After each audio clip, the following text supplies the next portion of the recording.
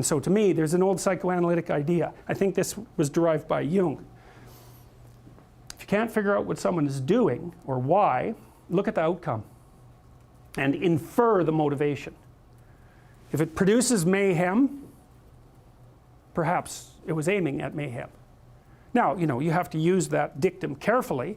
If someone's irritating you, maybe it's because you're irritable and you should sort yourself out, but maybe it's because they're actually aiming at irritating you. And that's the actual motivation. So perhaps not, but it's another tool in your analytical armament.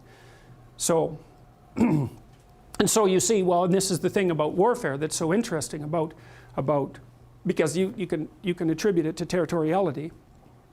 You can attribute it to a war for resources. That's what I would say, wretchedly simple-minded economists presume.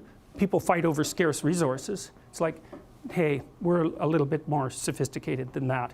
And first of all, what resources are you talking about? The bloody Inuit had nothing. They lived perfectly well. What did they have? Snow and seal blubber. People can live in unbelievably deprived conditions.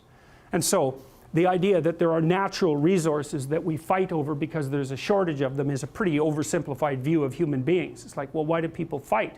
Well, maybe they fight sometimes for good reasons, but very, very frequently they fight for bad reasons. And those bad reasons are personal as well as sociocultural and economic.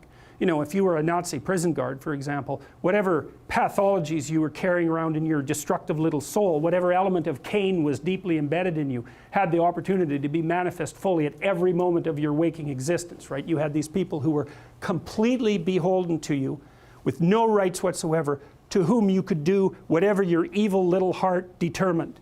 You think, well, maybe that was a motivation for putting them there to begin with. And all the cover story about, well, we're trying to build the Third Reich and we're trying to stabilize the state and we're trying to do all these good things. Maybe that's just a cover story for the real motivation, which is nothing but what?